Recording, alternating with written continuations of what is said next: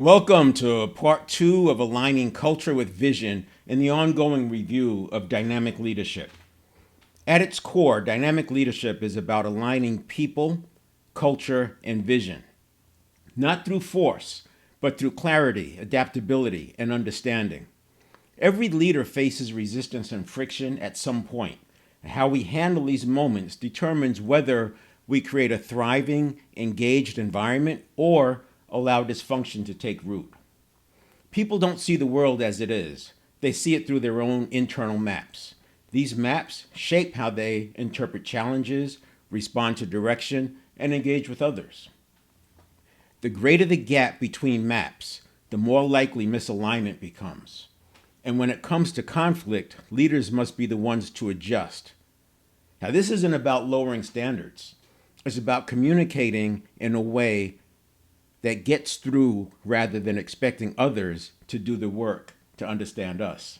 Think of it as an evolved version of the golden rule, treating people how they need to be treated to be effective, not just how we prefer to be treated. I'm talking about intrinsic motivation, and it's essential for consistent high performance. It's also important when it comes to keeping people engaged while navigating development plans. At the heart of intrinsic motivation is self-determination theory, which tells us that people need 3 things to stay engaged: autonomy, a sense of control; competence, the belief that they are capable, and of course that breeds more confidence; and relatedness, feeling valued and connected.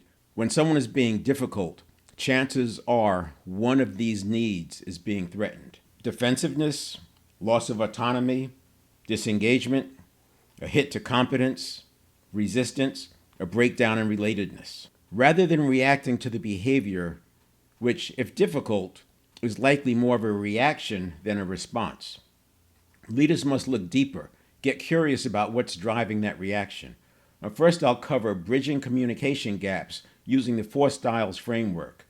We all have natural communication styles, and the 4 styles model includes relator, socializer, director, and thinker. The essence is that conflict often arises when our styles are in direct opposition. When this happens, the burden of adaptation is on the leader. It's not about changing who we are, but ensuring our message lands in a way that makes sense to the other person. The same way that a player on a team uses requisite variety to adapt to new strategies from an opposing team, leaders have to adapt to their organization and the dynamics in it.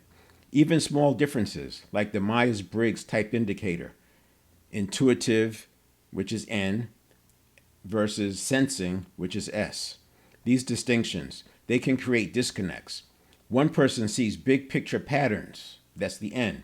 The other needs concrete details, the S. If we don't account for these gaps, we end up talking past each other. Now I'll finish with a look at a topic that is sometimes called coping with difficult people.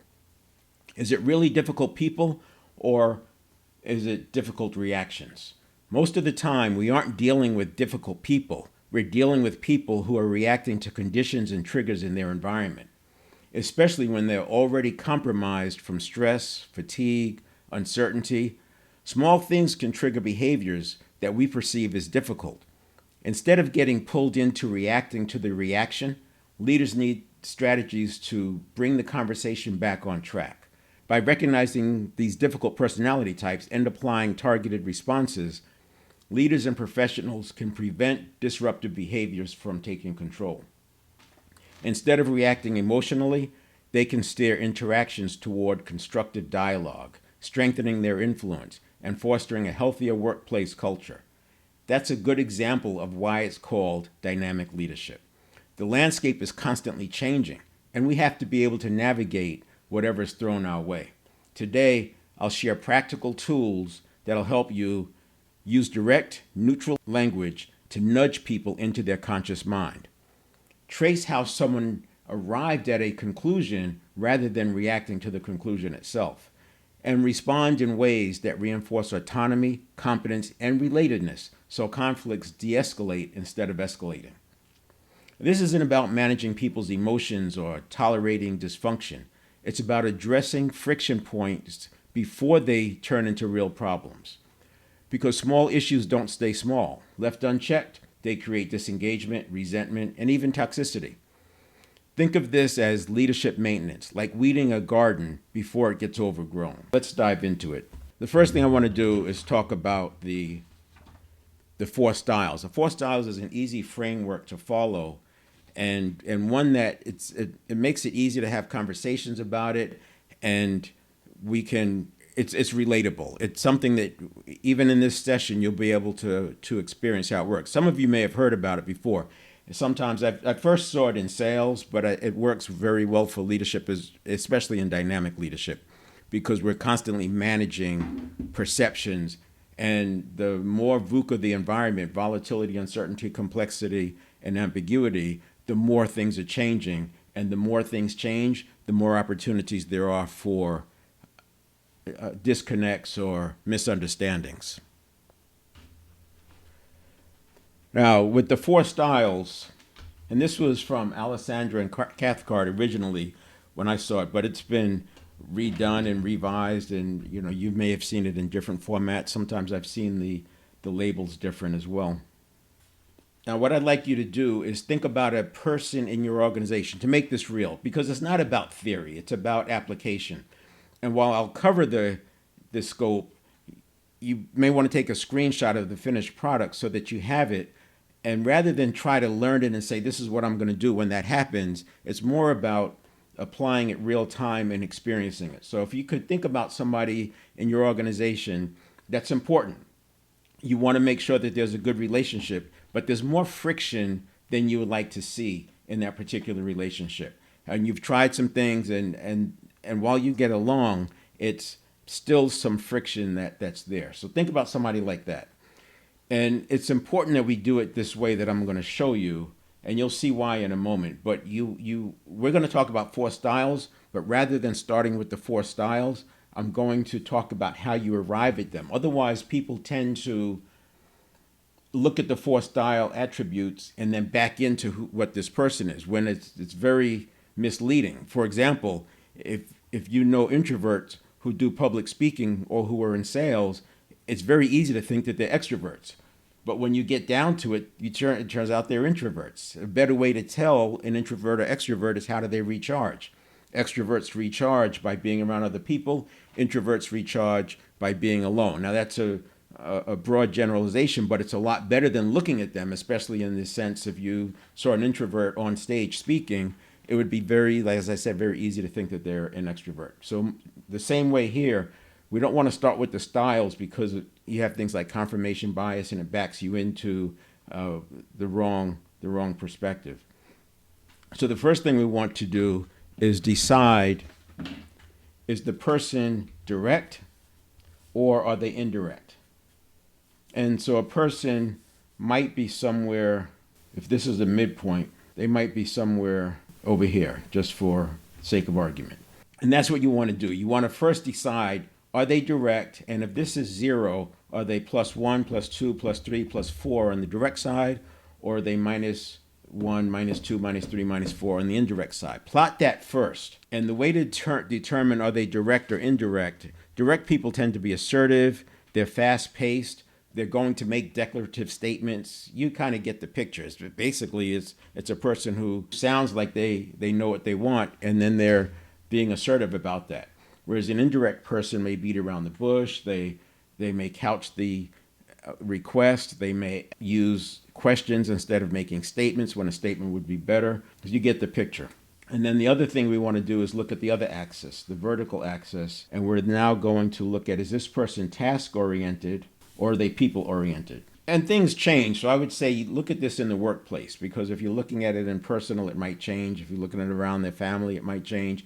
But stick to one environment, the one that you're interacting with them in, and then do this sequence first. Oftentimes when we're having this conversation, people say, it depends, I'm in the middle. They want to say that they're in the middle, but we all have a default mode and we all have an under stress mode. What you want to do is understand where they go to when they're starting to go into stress, because if a person becomes difficult to interact with, they're under stress, and that's more of their style that you want to be looking at. Otherwise, looking at 0 doesn't take you anywhere.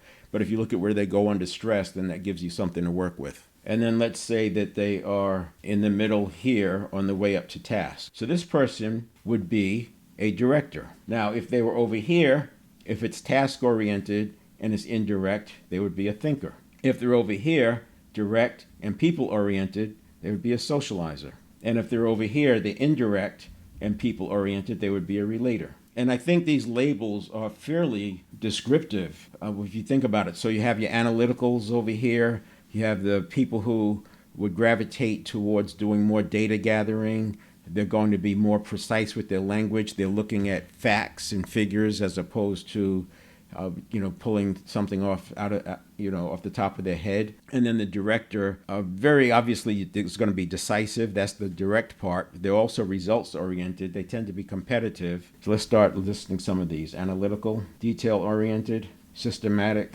and precise. Now this, you can see why an engineer would fit in here, an accountant, and this is why you don't want to look at the style first and then figure the other parts out, because it will influence you, because a person could be a socializer, but in their accounting role, they're going to exhibit more of those traits. And then on the director, we have decisive. We also have results-driven, competitive, independent.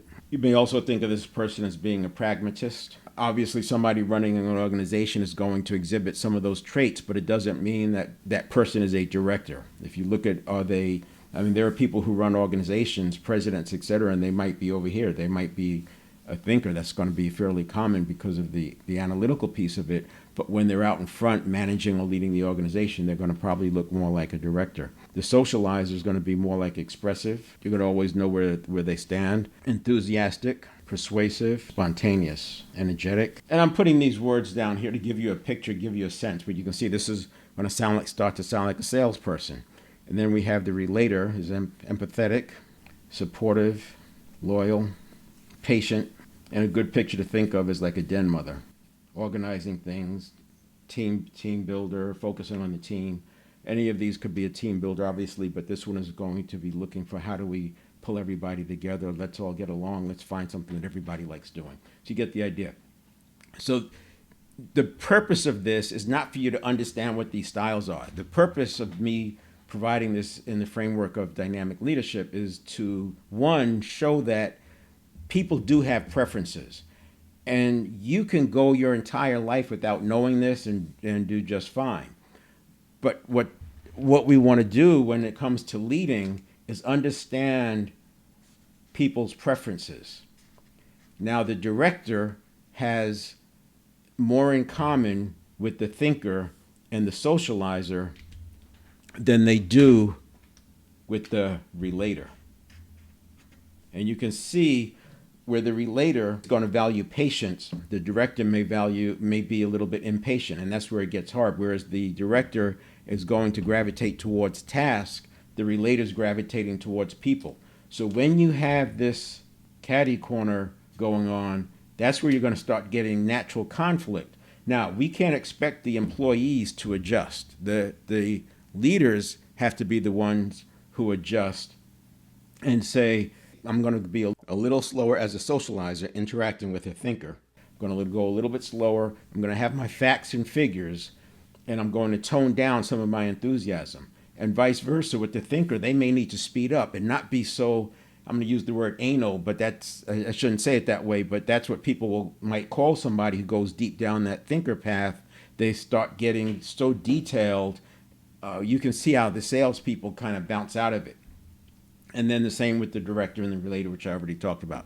So this is important to understand that catty corner is where the difficulty is. So I asked you to think about a person who's important in your organization and might be difficult for you to interact with. Think about where you are, but don't say which one you fit in. Are you direct or indirect?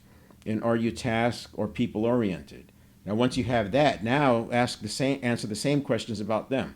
Are they more direct or indirect? And are they more task or people? This is just one dimension. We're going to look at another framework in a moment. And just look at this to decide, is there tension happening because of this catty corner? And even though a director has the task piece in common, the director is going to be less patient than the thinker. they could have friction because of